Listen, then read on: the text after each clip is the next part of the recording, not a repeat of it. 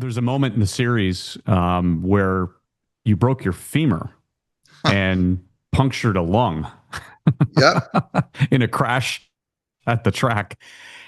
Some might have stopped the cameras from rolling. You insisted the cameras stay on all the way up to the operating room because you wanted the journey to be real, right?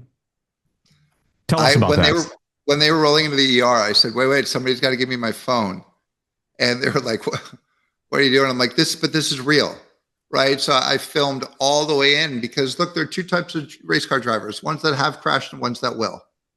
And I'm now one that have crashed, but it's a real story. If you sign up for a docuseries, if you sign up for something that's about you, why hide that from people? Right. Right. That's so criminal, to hide reality. And unfortunately, sometimes to my wife, I'm too public and too honest publicly. But if you open yourself up publicly, then it's amazing how many people come out of the woodworks and they want to talk to you and you get to motivate them. I showed that. Look, we were training for my first race a week later, and I was practicing going 3 wide into Big Bend. I didn't realize how dirty it was on the outside, and 100% my fault. And I paid the consequences for that. It has its moments, but as my wife has said before, that it could have been way worse. And it wasn't. And so I wanted to be back in the car right away. I actually had on my calendar the date that my leg would heal, the date that my lung would heal, and the date that my ribs would heal. And I had countdowns just so I can get back in the car again. But you were in the ER, and after the crash, you said, I'll stop racing. And she stopped you, didn't she? She did. I said, baby, I promise I won't do this again. Sorry for doing stupid stuff. And she actually said, and I'm paraphrasing, she was like, no, hold on. First off, I'm hopped up on adrenaline. So she's like, you're not making the right decisions, period, anyway, at this moment. So let's talk about it. She brought it up the next day, and she said, again, I'm condensing a longer conversation, right? But her response was, you love doing this. You're good at doing this. It would be criminal for you not to do this anymore. Why stop? Yeah. And I'll say she is everything to me. I hope that I'm everything to her, but we're very supportive of each other's, let's say, addictions, because we all do stupid stuff. When I was doing the diving stuff and the marathon stuff, so I'm the world's only quadriplegic that's a rescue scuba diver. I did 12 marathons in 12 months. Like every time I take on a stupid project like that, she just rolls her eyes.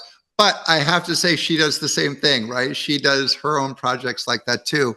And we're just very supportive. To be in the emergency room, she stuck by me, Jason, the whole time. They had to kick her out of the room a couple times. She was next to me the whole time, and she was supportive. She had said, whatever you need to do, keep doing it. And I think if you find a partner like me to her as well, when you see something you love, when you're passionate about it, you need to support that in the other person. Yeah. What a gift. What a gift. Yeah. Let's talk about the Just Hands Foundation. Tell me a little bit about it. What does it do, and why is it important to you? Why is it vital? So it's vital because a passion isn't something you should just do yourself, but you're obliged to share it with others. And only 3 months after I started track driving, I went home and I said, baby, we're buying another track car. She said, no. And I said, baby, this one's not for me to drive, it's for others. And she was like, well, then definitely no. But